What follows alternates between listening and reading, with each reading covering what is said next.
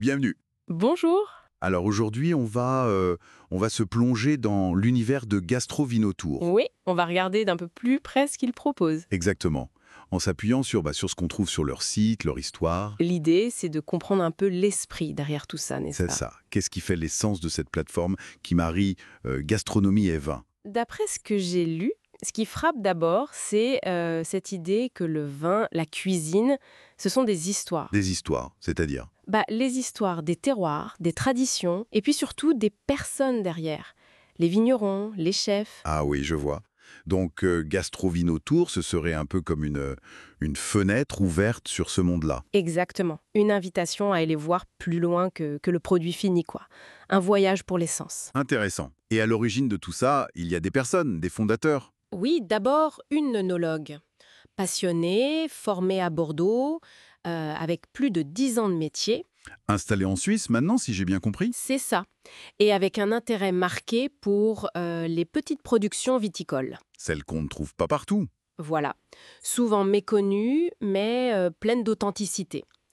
Apparemment, elle enseigne aussi, elle explore beaucoup les cépages suisses. Roman, tessinois, alémanique même. Elle ratisse large. Oui, elle semble très curieuse. Et de l'autre côté, il y a le fondateur du site. Un ancien sommelier, c'est ça? Décrit comme un épicurien. Tout à fait. Fasciné par les liens, l'harmonie possible entre vin et plat, Et son but avec Gastro-Vinotour, c'était quoi alors? de créer des ponts en fait, mettre en avant des vignerons authentiques, partager des événements, donner des conseils, réunir ces deux univers. On sent une belle complémentarité.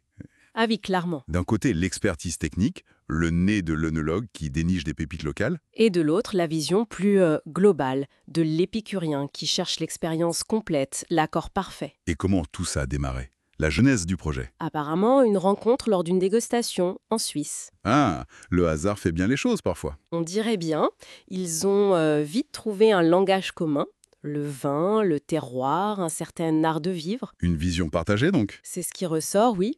Mettre en lumière les artisans, les passionnés, ceux qui sont un peu dans l'ombre des grandes maisons. Et faire dialoguer les saveurs et les émotions. C'est joliment dit dans leur texte. Oui, ça résume bien l'idée.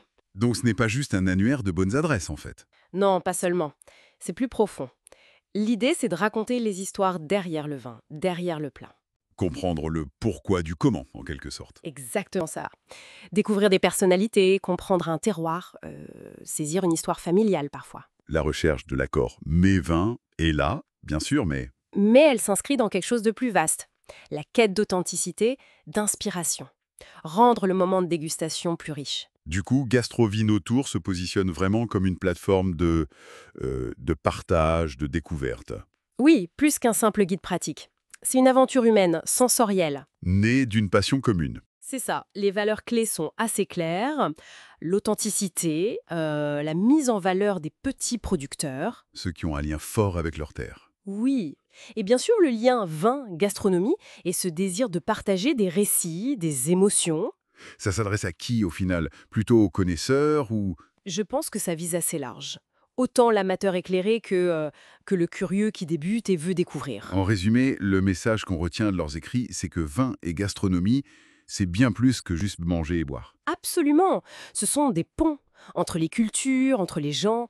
C'est une célébration de la vie, de la convivialité. Un certain art de vivre, comme ils disent. Voilà, une invitation à explorer ces univers avec, disons, une sensibilité particulière. Et ça nous amène à une dernière réflexion, peut-être? Oui, une question qui émerge un peu de tout ça. Je t'écoute. Au-delà du plaisir immédiat qu'on ressent en dégustant, comment est-ce que la connaissance de l'histoire derrière change l'expérience? Hmm, intéressant. Savoir qui a fait le vin, les défis du terroir, la tradition d'un plat. Oui, est-ce que ça transforme notre perception, notre appréciation? Quelles nouvelles connexions, peut-être inattendues, peuvent naître si on prête attention à l'origine, à l'histoire de ce qu'on a devant nous? Une belle question pour continuer à réfléchir, effectivement.